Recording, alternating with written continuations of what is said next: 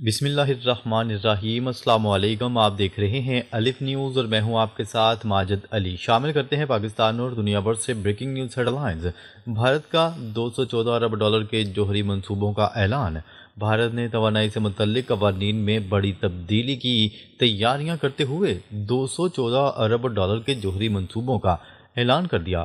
Bloomberg کی report کے مطابق بھارتی وزیر جوہری توانائی جتیندر سنگھ کا کہنا ہے کہ نیا جوہری بل اس ہفتے کابینہ میں پیش کیا جائے گا اور رواں پارلیمانی سیشن میں منظوری کے لیے رکھا جائے گا۔ بل کا مقصد نجی شعبے کو جوہری توانائی میں سرمایہ کاری کی اجازت دینا اور کاروباری عمل کو آسان بنانا ہے۔ وزیر اعظم نریندر مودی کا ہدف ہے کہ 2047 تک 100 گیگا واٹ جوہری توانائی پیدا کی جائے تاکہ بھارت کو ترقی یافتہ معیشت بنایا جا سکے۔ بھارت میں فی الحال نجی کمپنیوں کا کردار صرف آلات کی فراہمی تک محدود ہے، تاہم نئی قانون سازی کے بعد انہیں بجلی کی پیداوار میں شمولیت کی اجازت بھی مل جائے گی۔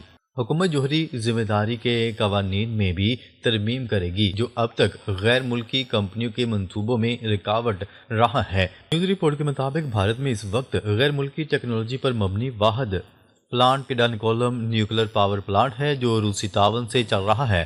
مزید 4 ریئیکٹرز زیر تعمیر ہیں۔ نئی پالیسی کے تحت روس کے ساتھ ایک اور منصوبہ جلد شروع کیے جانے کا امکان ہے۔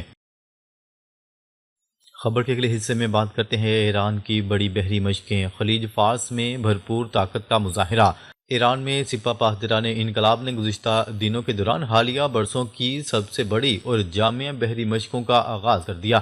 دسمبر کے اوائل میں 2 روزہ یہ فوجی جنگی مشقیں خلیج فارس، آبنائے ہرمز اور خلیج عمان کے حساس سمندری علاقوں میں کی گئیں۔ بین الاقوامی خبر رساں ادارے کی رپورٹ کے مطابق اقتدار کے نام سے منعقد ہونے والی یہ بحری مشقیں، جن میں ایران کے جدید ترین مقامی میزائل نظام، مصنوعی ذہانت پر مبنی فضائی دفاعی networks, electronic warfare units اور بیک وقت بیلسٹک و کروز میزائلوں کا کامیاب تجربہ کیا گیا، جس کا مقصد ایران کی دفاعی صلاحیتوں کا عملی مظاہرہ کرنا تھا۔ رپورٹ کے مطابق یہ مشق واضح طور پر بحیرہ ہند کے داخلی راستوں کے اہم اسٹریٹجک مقامات پر مرکوز رہی۔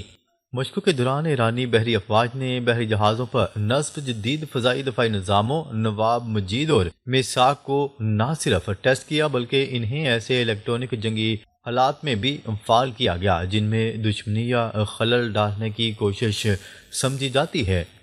اس کا مطلب یہ تھا کہ ریڈار سگنلز، مواصلاتی چینلز اور سینسر فیڈز پر مصنوعی مداخلت کی مشقیں کی گئیں تاکہ یہ دیکھا جا سکے کہ یہ نظام شور و خلل کی صورت میں اہداف کو کس حد تک درستگی سے شناخت و نشانہ بنا سکتے ہیں۔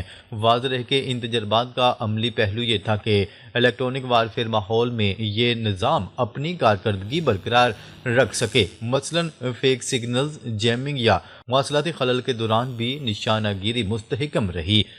ایسی ہم آہنگی اس بات کی علامت ہے کہ بحری یونٹس میں نصب دفاعی نظام اب ایک ملٹی لیئرڈ دفاعی چین کا حصہ بن چکے ہیں جو فضائی سطح اور بحری خطرات کو ایک جامع طریقے سے سنبھال سکتے ہیں، اور اس سے میدان جنگ میں ایران کی فوری رد عمل اور بقا کی صلاحیت میں نمایاں اضافہ ہوتا ہے۔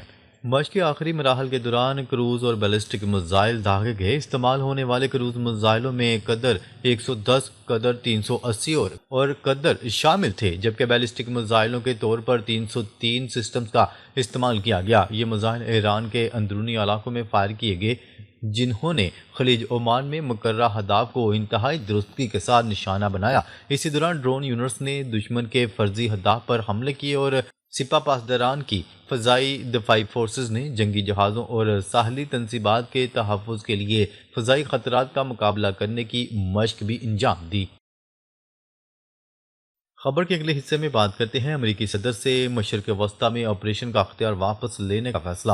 امریکی صدر سے مشرق وسطیٰ میں آپریشن کا اختیار واپس لینے کا فیصلہ کر لیا گیا۔ ڈیموکریٹس اور ریپبلکنز نے دفاعی بجٹ کے مسودے پر اتفاق کر لیا۔ امریکی صدر کے بیرون ملک طاقت کے استعمال کے قوانین ختم کیے جائیں گے۔ صدر ڈونلڈ ٹرمپ مشرق وسطیٰ میں اکیلے فوجی آپریشن کا فیصلہ نہیں کر سکیں گے۔ واضح رہے کہ امریکی صدر ڈونلڈ ٹرمپ نے مشرق وسطیٰ سے متعلق نیا دعویٰ کرتے ہوئے کہا تھا کہ ہمارے پاس مشرق وسطیٰ میں عظیم بننے کا حقیقی موقع ہے۔ سب پہلی بار کسی خاص مقصد کے لیے یکجا ہیں، ہم یہ کام مکمل کر رہے ہیں۔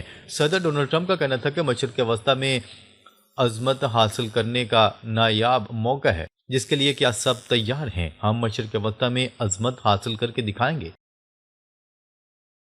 خبر کے اگلے حصے میں بات کرتے ہیں جاپان میں 7.6 شدت کا خوفناک زلزلہ، سونامی کی وارننگ۔ جاپان کے شمال مشرقی علاقوں میں 7.6 شدت کا خوفناک زلزلہ ریکارڈ کیا گیا۔ جاپان موسمیاتی ایجنسی کے مطابق شمال مشرقی ساحلی علاقوں میں 10 فٹ اونچی سونامی لہروں کی وارننگ جاری کر دی گئی ہے۔ ابتدائی سونامی کی لہر شمالی علاقوں سے ٹکرانے کا امکان ہے۔ ابتدائی اطلاعات کے مطابق زلزلے سے کسی جانی یا مالی نقصان کی اطلاعات نہیں ملی۔ خبر کے اگلے حصے میں بات کرتے ہیں ایران سے لاکھوں افغان مہاجرین کی واپسی، سرحدی علاقوں میں انسانی بحران کا خدشہ۔ ایران نے رواں سال افغانستان کی سرحد کے ساتھ اسلام قلعہ گزرگاہ کے ذریعے تقریباً 18 لاکھ افغان مہاجرین کو واپس افغانستان بھیجا ہے۔ ایرانی میڈیا کی رپورٹ کے مطابق یہ تعداد صرف اسلام قلعہ کے راستے واپس جانے والے افراد کی ہے۔ صوبہ خراسان رضوی کے گورنر کے مطابق کچھ مہاجرین کو ان کے صوبے سے جبکہ باقی کو ملک کی 11 دیگر صوبائی سرحدوں سے واپس بھجوایا گیا۔ مقامی سرائے کا کہنا ہے کہ افغان مہاجرین کی یہ تعداد غیر معمولی ہے اور حالیہ برسوں میں اتنی بڑی تعداد میں واپسی پہلے رپورٹ نہیں ہوئی۔ حکام کے مطابق خطے کی موجودہ کشیدہ صورتحال خصوصاً اسرائیل کی حالیہ فوجی کارروائی کے بعد مہاجرین کی واپسی کے رجحان میں اضافہ دیکھا گیا۔ اگرچہ واپسی کا سلسلہ ابھی بھی جاری ہے، لیکن رپورٹس کے مطابق گرمیوں کے مقابلے میں یومیہ واپسی کی تعداد میں کمی واقع ہوئی ہے۔ افغان میڈیا کی رپورٹ کے مطابق اس بڑے پیمانے کی واپسی سے سرحدی علاقوں میں انسانی بحران، رہائش کی قلت اور بنیادی سہولیات تک محدود رسائی جیسے مسائل پیدا ہو سکتے ہیں۔ خبر کے اگلے حصے میں بات کرتے ہیں اسرائیلی فورسز نے اونروا کے ہیڈ کوارٹر پر دھاوا بول کر اقوام متحدہ کا پرچم زبردستی اتار لیا۔ قابض اسرائیلی افواج نے اقوام متحدہ کے فلسطین میں امدادی سرگرمیوں میں متحرک ادارے کے مرکزی دفتر پر چھاپہ مارا ہے۔ چھاپے کے دوران اسرائیلی فورسز نے رابطے کے لیے استعمال ہونے والے تمام وسائل کو کاٹ دیا تاکہ دفتر کی حدود میں ہونے والی اس کارروائی کو دنیا سے چھپایا جا سکے۔ چھاپے کے دوران اسرائیلی فوج نے دفتر کی عمارت سے اقوام متحدہ کا پرچم ہٹا کر اسرائیلی پرچم بھی لہرا دیا۔ روئٹرز کی رپورٹ کے مطابق پیر کے روز اسرائیلی حکام اقوام متحدہ کی فلسطینی پناہ گزین ایجنسی اونروا کے مشرقی یروشلم میں واقع دفاتر میں داخل ہوئے اور چھاپے کے دوران اسرائیل کا پرچم لہرایا۔ اسرائیلی حکام نے دعویٰ کیا ہے کہ یہ کارروائی ٹیکسوں کی عدم ادائیگی کی وجہ سے کی گئی ہے۔ اقوام متحدہ کی فلسطینی امدادی ایجنسی اونروا کے کمشنر نے اپنے سوشل میڈیا پلیٹ فارم پر واقعے کے حوالے سے بیان میں کہا کہ یو این رکن ملک کی حیثیت سے اسرائیل پر ذمہ داری عائد ہوتی ہے کہ وہ یو این کی حد بندی میں آنے والے دفاتر کے تحفظ کو یقینی بناتے ہوئے اس کا احترام کرے۔